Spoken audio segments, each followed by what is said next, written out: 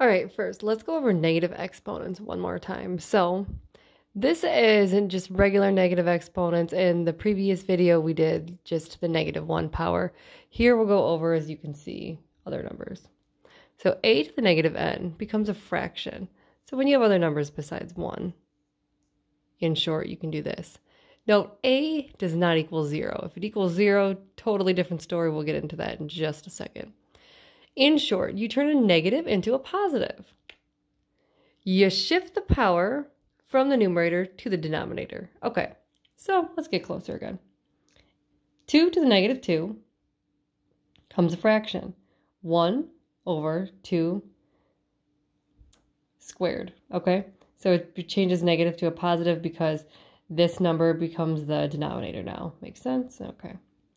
Now, you can multiply that. 2 times 2 is 4. Becomes 1/4. Make it into a fraction. So then here's this first part. Again, let's read this over one more time. So in short, you turn a negative into a positive. You shift the power from the numerator to the denominator. Again, this part will go to the denominator. And then when you put it in the denominator, it's going to change to a positive. That's why we have 2 squared. 2 times 2 becomes 1/4, just like this. Now, let's talk about when the exponent does, in fact, equal 0. So, we have this, the zero exponent rule. All right, any non-zero number raised to the power of the 0 power is equal to 1. That's simple. So anytime you're seeing an equation and you're seeing a number raised to the 0 power. So for an example, let's scoot this just a little closer. All right, we have 3 to the 0 equals 1. I put a couple other examples just so you know they always equal 0, or they always equal 1 when you're doing this. So 0 power, it's always going to equal 1. 123 to the 0 power, guess what, equals 1. -16 to the 0 power, still going to equal 1. So in short, here is the zero exponent rule. Now let's briefly go back to this part again. So here's what you do when it does not equal 0. When it equals 0, becomes 1. Now we have negative exponents with letters and expressions. So now think equations. Some of your equations are going to have these things on it. So negative exponents with letters. So what to do if you have an expression that means like letters in your math problem. So we have x to the -n. Kind of the same process again.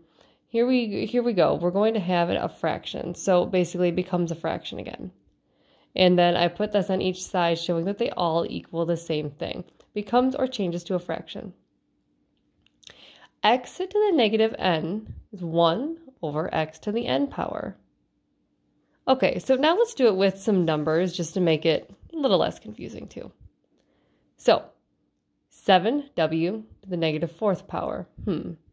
Now, again, I'll remind you, when you see this dot, this means multiplying. Oftentimes you'll see a dot just so it's less confusing than the x, because sometimes when you see an x when you're multiplying, during algebra, it can be a little bit confusing and you think the x is part of the problem. So I put dots here. Okay, so first we have a 7 times w to the -4th.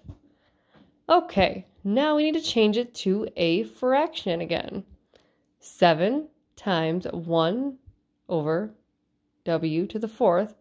Now we're going to combine both because you can cross multiply here. The 7, and this becomes a fraction. The whole thing becomes a fraction. So you have 7 over w to the 4th power. And that's a negative exponents with the letters or expressions. All right. So now let's take a look at this right here. So more negative exponents. And what I'll do for these is we're going to write the problems out. So you'll see kind of what this is. So we have 13 to the negative 2. 1. 13 over 13 squared, which really equals 1 over 13 times 13, okay? Now, same thing, same concept here. 5 to the negative 4th, 1 over 5 to the 4th power. Okay, now, so what does this equal? Let's draw it out. And when you have a calculator, you can figure it out like this. You don't need to type in any of the other fractions. You would just type in how you multiply it, and then that's how you get your answer. So, like that. But this becomes a 5 to the negative 4th, 5 to the 1 over 5 to the 4th power, 5 times 5 times 5 times 5. And then again, let's review this one. 13 to the negative 2nd, or negative 2. And you have 1 over 13 squared, 13 times 13. Okay. Same thing, 7 to the negative 2, 1 over 7 squared.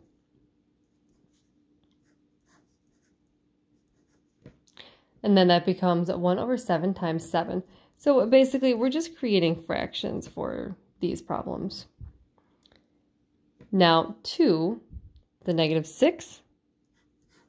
All right, same concept again. 1 over 2 to the 6th. And then we're going to write this out. 1 over 2 times 2 times 2 times 2 times 2 times 2. 6 times. Okay, now we have 10 to the negative 4th. 1 over 10 to the 4th. Okay? Equals 1 over 10 times 10 times 10 times 10. And there we go. So this is how you would write these problems out. Now, while this is technically the correct answer when you have the problem at the bottom, 13 squared, 5 to the 4th power, 7 squared, 2 to the 6th power, 10 to the 4th power, you would want to go even further like I showed you, like this, so then you can solve the problems, okay? Now, let's review a couple equations or expressions here. Okay, so we have this one, negative 5 over k to the negative 2. Okay, so again, here's the dot for multiplication, just so it's less confusing than the x. Change this into a fraction, and we're going to separate these two numbers out, okay? Negative 5 times 1 over k to the negative 2. Okay, so now we need to make this, so we're just taking this part right here, putting it at the bottom of the fraction, and then this number comes out. Now we're simplifying. So now we have negative 5 times k to the 2nd, because we're getting rid of the fraction here on this one, because we already have a fraction, so we're going to get rid of it. Okay, so now negative 5k to the 2nd, or k squared, is your final answer for this one. Let's do 2 more, and we'll show you a couple more examples. Okay, so now we have 2r to the 0, m to the negative 3rd. Okay, and we remember that 0 exponent rule, where anything to the power of 0 is automatically 1. Okay, again, the dot represents multiplication, okay? 2 times 1 times, and see, this one was not already a fraction, so we make it into a fraction, okay? Breaking it down, 2 times 1 times 1 over m to the 3rd power. Okay, well, we know that 2 times 1, anything times 1 is itself. So you have 2 over m to the third, because then you're going to cross multiply here. Okay, and lastly, we'll do one more that is a fraction. So we have r to the negative third over 7 now. Okay. Again, the dot represents multiplying. So making it into a fraction like this, we'd have 1, because then this part, since it's at the top, we'll change this to the denominator. It's going to curve over to the bottom here. 1 over 7 times r to the third power. Well, all we have to do is just multiply these together. You can't multiply a letter and a number, so you just combine them like this. 1 over 7r to the third power.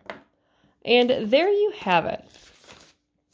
Let's review, since this is just about the end, let's review the rules once more. So you have these right at the end of this lesson, okay? Negative exponents. So a to the negative n equals 1 over a to the n. Note, a does not equal 0. So again, this is what you do when the exponent is not equal to 0 and the number is not equal to 0. So there's no zeros involved in any of this one, okay? So in short, you turn a negative into a positive. So here's what we do again. 2 to the negative 2 becomes 1 over 2 to the 2, or 2 squared, 1/4.